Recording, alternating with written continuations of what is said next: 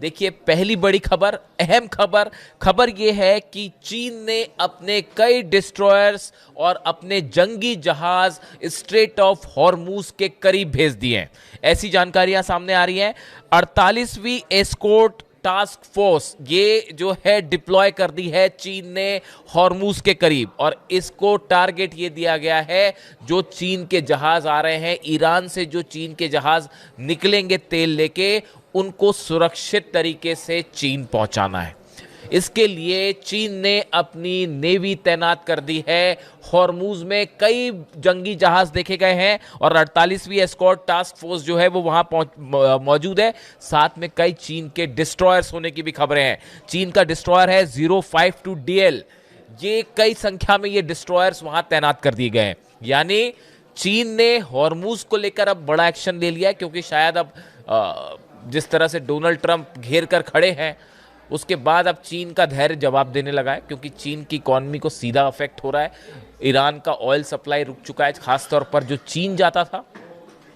उसके बाद अब चीन ने ये बड़ा कदम उठाया है और अपनी नेवी को जो है भेज दिया है स्ट्रेट ऑफ हॉर्मूज, और अदन की खाड़ी में भी कुछ जहाज पहुंच गए हैं चाइना के। इस तरह की खबरें हैं जो कि कई अलग अलग डिफेंस सोर्सेज से बाहर आ रही हैं, और इसमें डिस्ट्रॉयर्स भी हैं। यानी चीन का प्लान साफ है कि डोनाल्ड ट्रंप भले अपना जो है जहाज लेके खड़े रहे, लेकिन हमारे जहाज़ों को छूने की जरूरत नहीं है। हम ईरान के साथ अपना तेल का व्यापार जारी रखेंगे। अब ये एक ऐसा मौका है इस जंग में जब सीधे तौर पर चीन की जो ये एस्कॉर्ट टास्क फोर्स है, इसके जहाज और अमेरिका के जहाज आमने सामने हो सकते हैं। देखिए, मामला अब यहाँ से जो है थोड़ा सा बिगड़ता जा रहा है, और मामला जो है वो ईरान और अमेरिका के बीच था, अब ये ऑयल वॉर में बदल रहा है।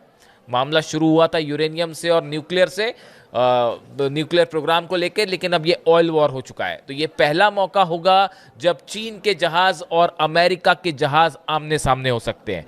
देखिए, इसके अलावा ये भी बताया जा रहा है कि जिस तरह से डोनाल्ड ट्रंप ने ये फैसला किया है कि अभी लंबे समय तक चल सकता है, जो नाकाबंदी कर रखी है ये लंबे समय तक चल सकती है, और डोनाल्ड ट्रंप इसको बड़ा सफल बता रहे हैं। ऐसी सूरत में चीन ने ये फैसला कर लिया है कि अब अमेरिका को सप्लाई होने वाला रेयर अर्थ मटेरियल और बाकी का जो सामान है जो कि अमेरिका चीन से आयात करता है, इस पर रोक लगाई जा सकती है। देखिए, मैंने आपको पहले ही कहा था, 4-5 दिन पहले मैंने जो वीडियो बनाया था उसमें मैंने आपको कहा था कि चीन की तरफ से जो पहला एक्शन होगा वो अमेरिका को सप्लाई होने वाला रेयर अर्थ मटेरियल जो है, रेयर अर्थ मटेरियल जो है वो रोक दिया जाएगा।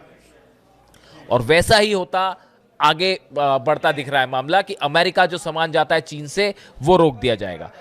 ट्रंप का दौरा है चाइना का, उसके पहले ये सब डेवलपमेंट बता रहे हैं कि तनाव चरम पर पहुंचता जा रहा है अमेरिका और चीन के बीच में।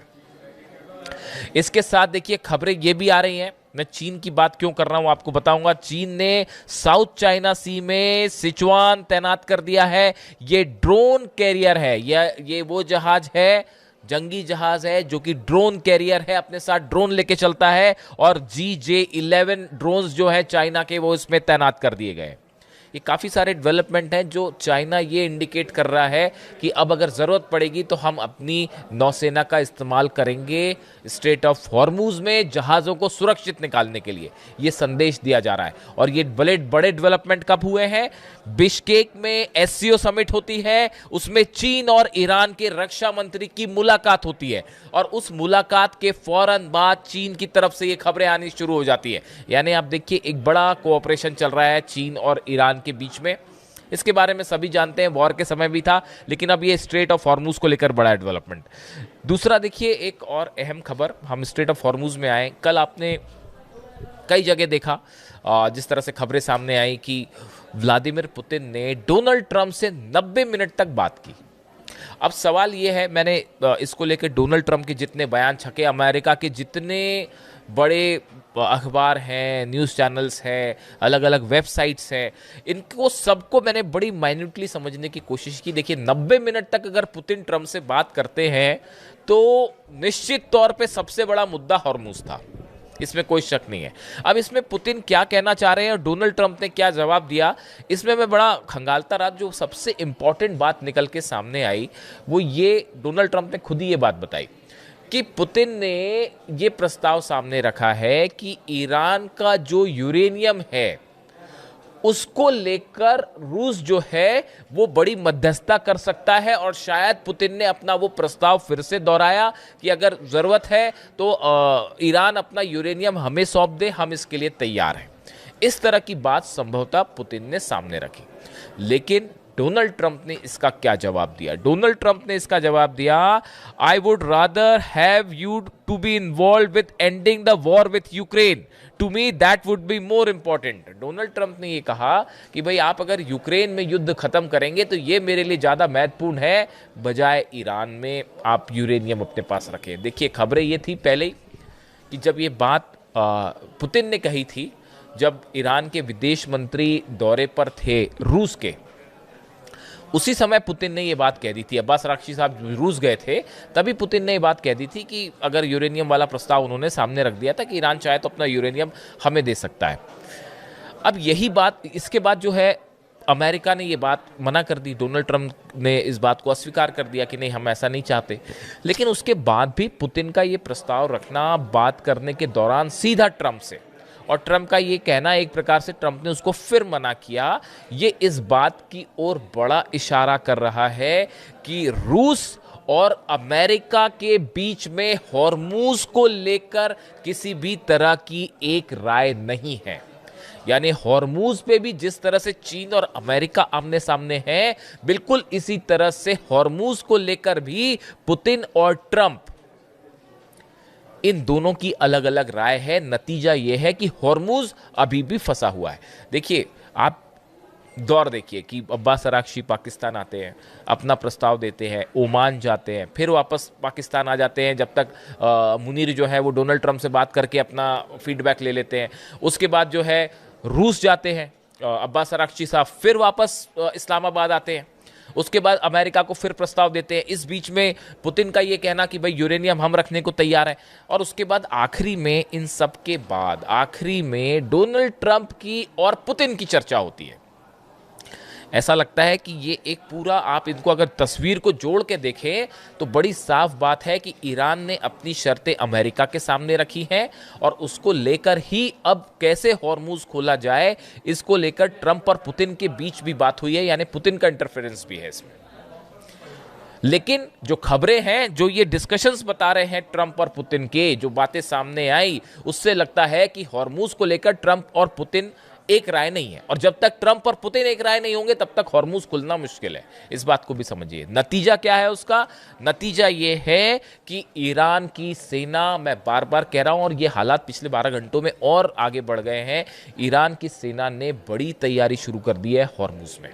एक तो हॉर्मूज में ये जो छोटी बोट्स हैं, इनकी एक परेड निकाली गई स्ट्रेट ऑफ हॉर्मूज में। यानी आप सोचिए, अलग अलग दावे हो रहे हैं अमेरिका के, लेकिन ये छोटी बोट्स लेके हथियारों के साथ ईरान की नौसेना हॉर्मूज में उतर पड़ी और बड़े इलाके में एक परेड निकाली गई।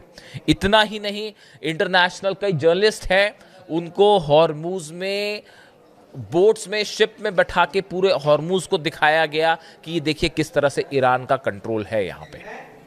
यानी ईरान पूरी तरह से तैयार है। और जो मुस्तफा खामनेई साहब का जो बयान आया है, उन्होंने साफ कर दिया है कि यूरेनियम को लेकर, न्यूक्लियर प्रोग्राम को लेकर किसी तरह का कोई समझौता नहीं होगा। मैंने अपने पिछले वीडियो में ये बात कही थी बार बार, और देखिए वही बात जो है अब नए सुप्रीम लीडर जो है ईरान के, वो भी यही कह रहे हैं कि हम किसी भी सूरत पे कोई बात नहीं करेंगे, खासकर यूरेनियम को लेकर और न्यूक्लियर प्रोग्राम को लेकर। इसके बीच में देखिए आप, जो 2-3 और बड़ी अहम खबरें हैं। बड़ी बैठक होती है डोनाल्ड ट्रंप के साथ, उसमें डैन केन जो जॉइंट चीफ ऑफ स्टाफ है, ब्रैड कूपर सेंटकॉम के चीफ हैं, ये मौजूद थे। बताया जाता है इस बैठक में डोनाल्ड ट्रंप को सेना के इन अधिकारियों ने एक बड़ा वॉर प्लान तैयार करके दिया है कि कैसे ईरान पर एक बार फिर हमला किया जाए। और अब जो बताया जाता है कि एक बार फिर अमेरिका की तरफ से हमला होगा, और हमला करने के बाद ईरान पे फिर दबाव बनाया जाए कि अब आप प्रस्ताव पर सिग्नेचर करिए और डील करिए। यानी हालात फिर वही जो पहले 12 दिन में जो ना कर पाए, 12 दिन की जो जंग हुई थी पिछले साल उसमें ना कर पाए, उसके बाद 40 दिन की जंग में नहीं कर पाए, अब फिर कुछ करने की कोशिश है कि भाई ब्लॉक तो हॉर्मुज ईरान मानने को तैयार नहीं है, अपना यूरेनियम देने को तैयार नहीं है और वो किसी तरह से नहीं झुकेगा, ये बात साफ है। तो अब ईरान को कैसे झुकाया जाए इसको लेकर एक फिर प्लान तैयार कर दिया गया है अमेरिका की सेना की तरफ से, जो डोनाल्ड ट्रंप को बताया गया, और उसमें जो प्लान है कि एक बार फिर स्ट्राइक की जाए, एयर स्ट्राइक हो, मिसाइल से स्ट्राइक हो, और उसके बाद फिर ईरान से बात की जाए। लेकिन अभी तक ये बात पता नहीं क्यों समझ नहीं आ रही अमेरिका को अब तक कि आप उससे क्या हासिल करेंगे। अगर आप ईरान पे हमले करेंगे भी तो उससे आप क्या हासिल करेंगे। आप अगर ईरान के एनर्जी सेंटर्स पे हमले करेंगे तो उस समय ईरान क्या कर रहा होगा ये भी सोचना चाहिए आपको। उस समय बाब अल मंदेब का क्या होगा ये भी सोचना चाहिए आपको। सऊदी अरब के तेल के कुओं का क्या होगा ये भी सोचना चाहिए। यूएई की जितनी ऑयल रिफाइनरीज हैं उसका क्या होगा।